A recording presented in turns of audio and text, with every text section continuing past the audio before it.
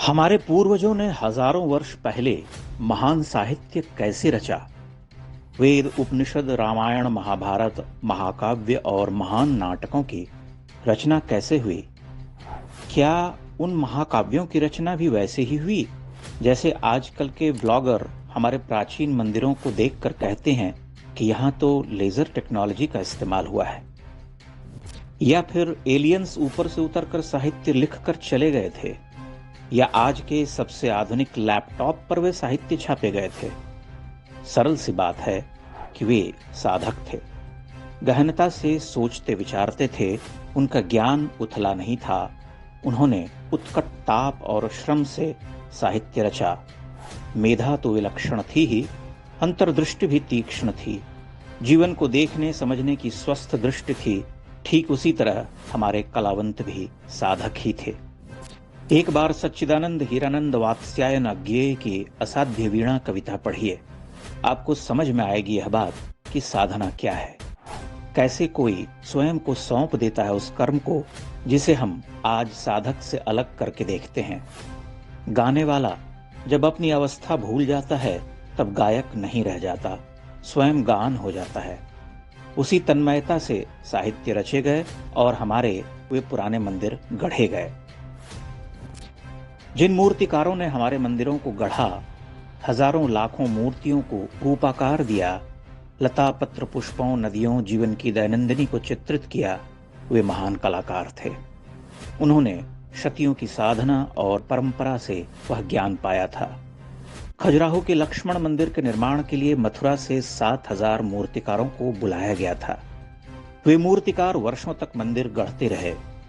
हमने अपनी यात्राओं पर इस सत्य को कई बार सामने रखा है कि प्राचीन भारत का समाज आर्थिक रूप से अत्यंत समुन्नत था, इसीलिए वहां कला का श्रेष्ठ निरूपण संभव हो सका। भारत के लगभग सभी क्षेत्रों में दक्ष मूर्तिकारों की भरमार थी, वे ही इन मंदिरों का निर्माण करते रहे। अगर मूर्तिकार विशाल संख्या में न रहे होते तो हजारों हजार मंदिरों का निर्माण भी संभव न होता।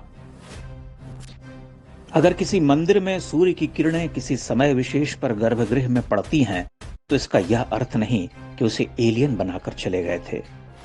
इसका सीधा सा अर्थ यह है कि हमें ज्यामिति का श्रेष्ठ ज्ञान था। हम सूर्य की किरण, समय और छाया आदि को बहुत पारदर्शिता से समझते थे। हमें पता था कि कहां किस कोण पर गर्भगृह का निर्माण करने पर सूर्य की प्रथम रश्मि सीधे देवता के शीश पर पड़ेगी। अब आप इसे भूत प्रेत, चमत्कार, एलियन का आगमन और लेजर टेक्नोलॉजी कहें तो यह आपकी इच्छा है। कई बार हमें लगता है कि हमने भ्रमण कर जिन मंदिरों से लोगों को परिचित कराया, उन मंदिरों के महात्म्य में उनकी कोई रुचि नहीं है। उनकी रुचि इस बात में अवश्य है कि मंदिर निर्माता राजपूत थे या गुर्जर या फिर जाट। मंदिर एक रात में बना या भूत उसे बनाकर चले गए। कहां लेजर टेक्नोलॉजी लगी है, कहां मोबाइल फोन का प्रयोग हुआ था। आश्चर्य यह कि ऐसी ऊटपटांग बातें करने वाले लोग बहुत लोकप्रिय हैं। ध्यान से देखें और विचारें तो यही लगता है कि हम अपने ही पूर्वजों के तप त्याग, उनकी साधना, उनके गहन दृष्टि, कलाबोध और जिजीविषा का अपमान करते हैं, क्योंकि हमें लगता है कि हमारे स्मारकों में कोई जादू टूना या चमत्कार हुआ था। भला बिना चमत्कार के ऐसा निर्माण संभव है? संभव था। संभव था तभी बनाया, संभव था तभी रामायण महाभारत जैसे महाकाव्य रचे गए। आप मेढक की तरह उछलते फिरते हैं, इसलिए आपको पूर्व के कलात्मक निर्माण में कुछ लेजर टेक्नोलॉजी नजर आती है। वह एक गंभीर कलाक्रम था जिसे अत्यंत गंभीर और दक्ष कलावंत पूर्ण करते थे। आप उनकी महत्ता समझिए।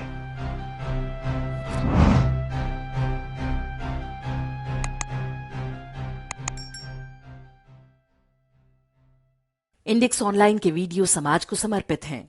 आप इनको डाउनलोड करके जैसे चाहे वैसे प्रयोग कर सकते हैं। चाहे तो आप हमारे टेलीग्राम चैनल से जुड़ सकते हैं, वहां सारे नए पुराने वीडियो आपको मिल जाएंगे।